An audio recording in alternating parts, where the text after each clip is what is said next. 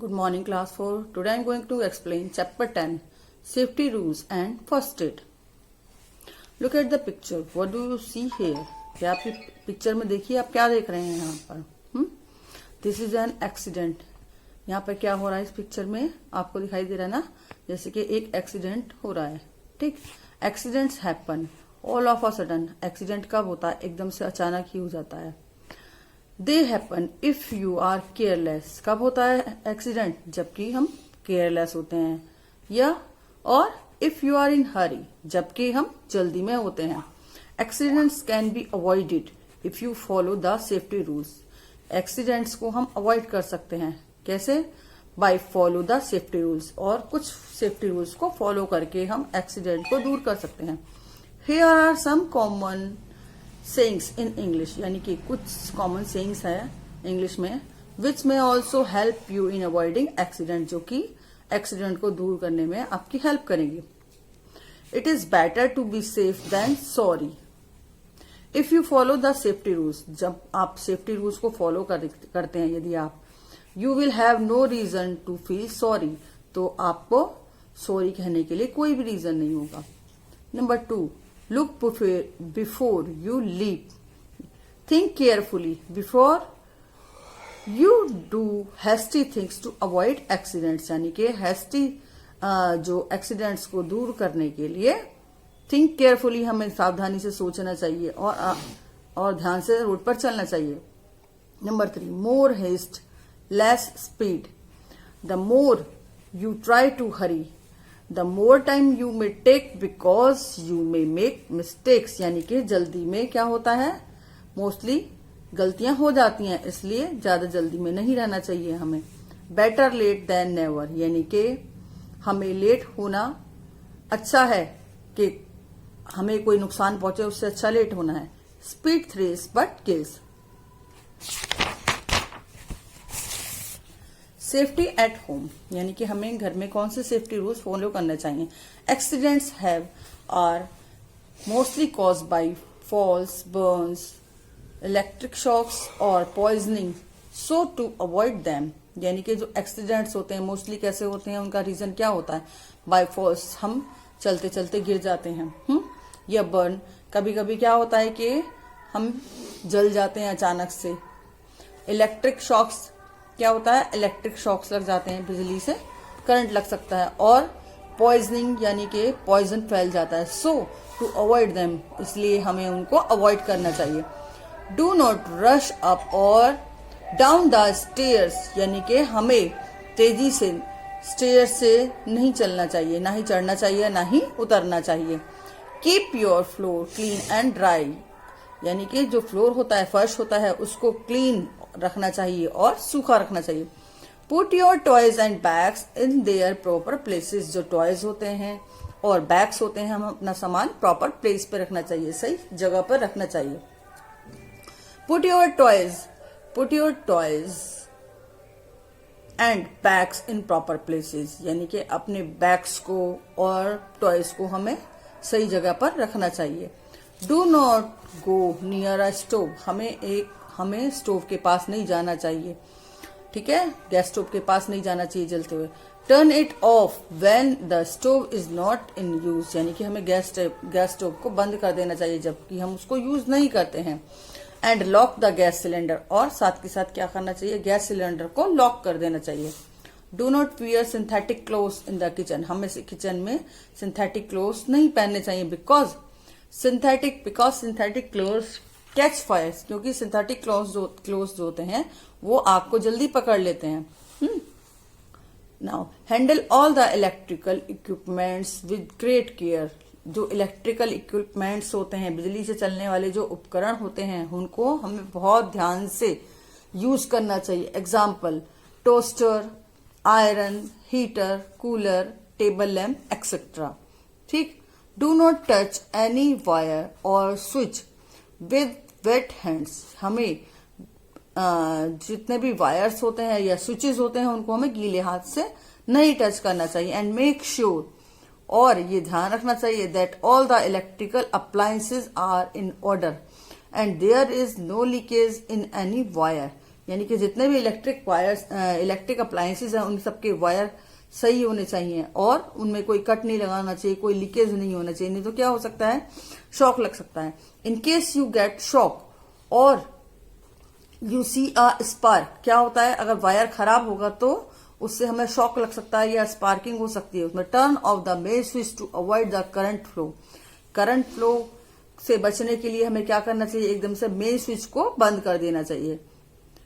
Do not take any medicine without doctor's advice, और घर में हमें मेडिसिन बिना डॉक्टर की एडवाइस के नहीं लेनी चाहिए। सेल्फ मेडिसिन में लीड टू मैनी प्रॉब्लम्स, यदि हम अपने आप से कोई मेडिसिन लेते हैं तो क्या होता है, कभी कभी हमें कुछ प्रॉब्लम्स का फेस करनी पड़ सकती हैं। Keep the medicine away from reach to the children, और जो घर में मेडिसिन होती हैं जितनी भी, हमें बच्चों की पहुंच से दूर रखनी चाहिए। डू नॉट बर्न क्रैकर्स, हमें क्रैकर्स को नहीं जलाना चाहिए। क्रैकर्स में पटाखे नहीं जलाने चाहिए विद इन द हाउस, घर के अंदर, and without your parents help, और बिना पेरेंट्स की हेल्प के और घर में हमें क्रैकर्स नहीं जलाने चाहिए, यानी कि पटाखे नहीं जलाने चाहिए। Safety on road,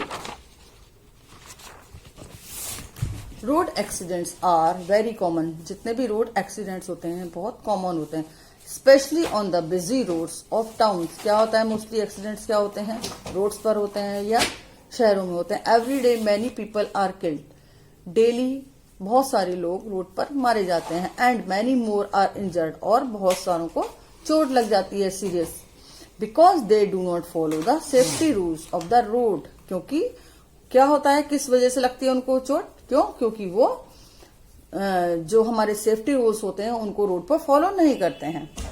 here are given some of the road safety rules which must be followed by each and everyone और अस। हेयर आर यानी कि यहाँ पर कुछ सेफ्टी रूल्स दिए हुए हैं जिनको कि हर एक पर्सन को रोड पर फॉलो करना चाहिए। Always walk on the footpath, हमें हमेशा फुटपाथ पर चलना चाहिए। If there is no footpath, यदि फुटपाथ नहीं है तो walk on the left side of the road, तो हमें रोड की लेफ्ट साइड में चलना चाहिए। Never walk very close to animal like cow, कभी भी हमें कुछ एनिमल्स होते हैं रोड पर, जैसे कि काउ हो गया या डॉग हो गया, हमें उनके पास नहीं चलना चाहिए, बिल्कुल उनके क्लोज होकर नहीं चलना चाहिए। काउ, डॉग, डंकी और मंकी, ये जो रोड पर रहते हैं मोस्टली मिल जाते हैं, तो इनके पास हमें नहीं चलना चाहिए। They may kick you to harm you, क्या होता है कि वो अचानक से वो आपको कुछ भी हार्म पहुंचा सकते हैं, ठीक है। Always cross the road at the zebra crossing, हमें हमेशा रोड को जेब्रा क्रॉसिंग से क्रॉस करना चाहिए। Where there is safe crossing, जहां पर की सेफ क्रॉसिंग होती है वहां से हमें क्रॉस करना चाहिए। Never cross the road behind a parked vehicle, यानी कि नेवर क्रॉस द रोड, हमें ऐसी रोड क्रॉस नहीं करना चाहिए जहां पे कि पार्किंग होती है, व्हीकल्स पार्क किए जाते हैं। Look carefully on the sides, हमें दोनों साइड ध्यान से देखना चाहिए। If there is no vehicle coming, यदि कोई भी व्हीकल नहीं आ रहा होता है, then you can cross safely, यानी कि तब आपको रोड को क्रॉस करना चाहिए ध्यान से। Don't try to get down from the running bus, यानी कि हमें चलती हुई बस से नीचे उतरने की कोशिश नहीं करनी चाहिए। Wait for the bus to stop, हमें उसका wait for the bus stop, यानी कि हमें बस स्टॉप का वेट करना चाहिए बस से उतरने के लिए। नाउ नेक्स्ट है आपका सेफ्टी एट स्कूल, यानी कि कुछ सेफ्टी रूल्स होते हैं जो कि हमें स्कूल में फॉलो करना चाहिए। Do not try to jump over the desk और टेबल्स, हमें टेबल और डेस्क के ऊपर जंप नहीं करना चाहिए।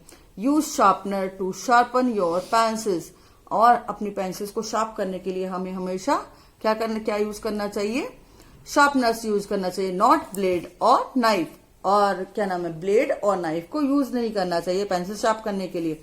डू नॉट पुश और क्राउड अराउंड वाइल एंटरिंग और लिविंग द क्लासरूम, यानी कि हमें क्लासरूम में एंटर करने के लिए डू नॉट पुश और क्राउड अराउंड वाइल एंटरिंग और लिविंग द क्लासरूम, यानी कि जब हम क्लास के अंदर एंटर करते हैं और क्लास से बाहर जाते हैं तो क्या होता है कि हमें एक दूसरे को किसी को पुश करके क्लास के अंदर नहीं जाना चाहिए, ना ही क्लास से बाहर आना चाहिए। You may fall and get hurt, उससे क्या होता है, अगर आप किसी को पुश करोगे तो कोई भी गिर सकता है और उसकी चोट लग सकती है।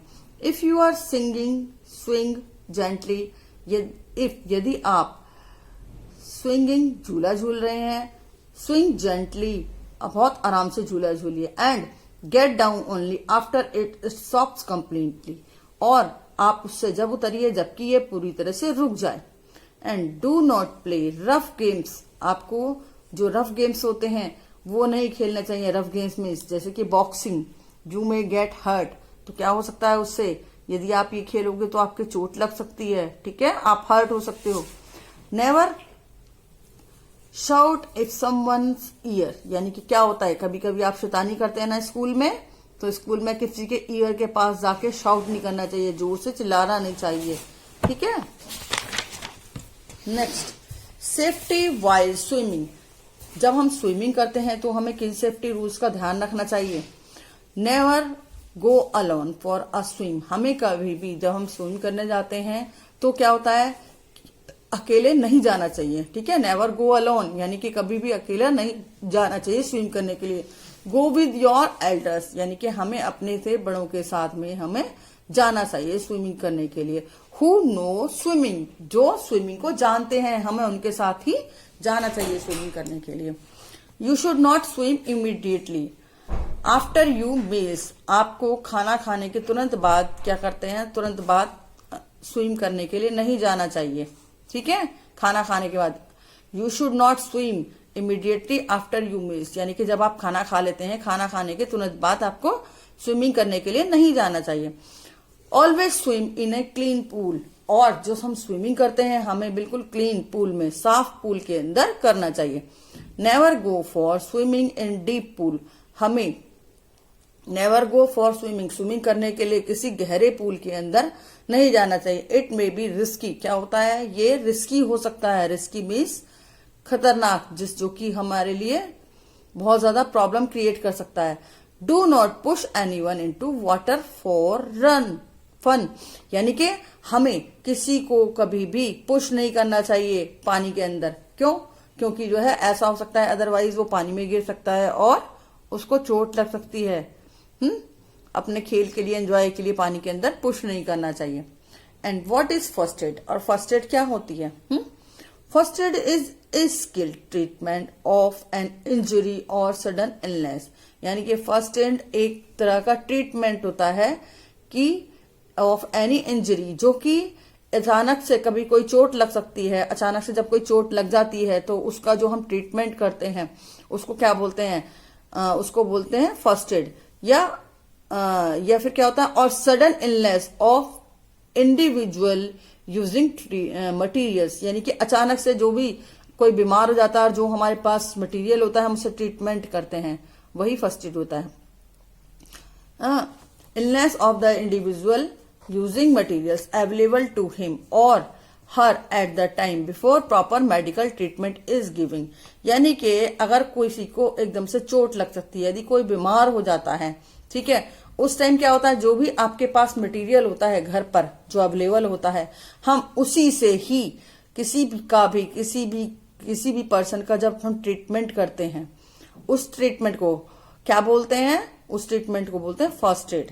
और वो ट्रीटमेंट जो डॉक्टरी ट्रीटमेंट देने से पहले या मेडिकल हेल्प देने से पहले जो ट्रीटमेंट किया जाता है उसको फर्स्ट एड बोला जाता है, ठीक है। Since some accidents can not be avoided though you are careful, यानी कि since some accidents can not be avoided though you are careful. देखो, जब हम केयरफुल होंगे तो हम एक्सीडेंट्स को अवॉइड नहीं कर सकते हैं, तो केयरफुल होने पे क्या होता है, एक्सीडेंट हो सकते हैं।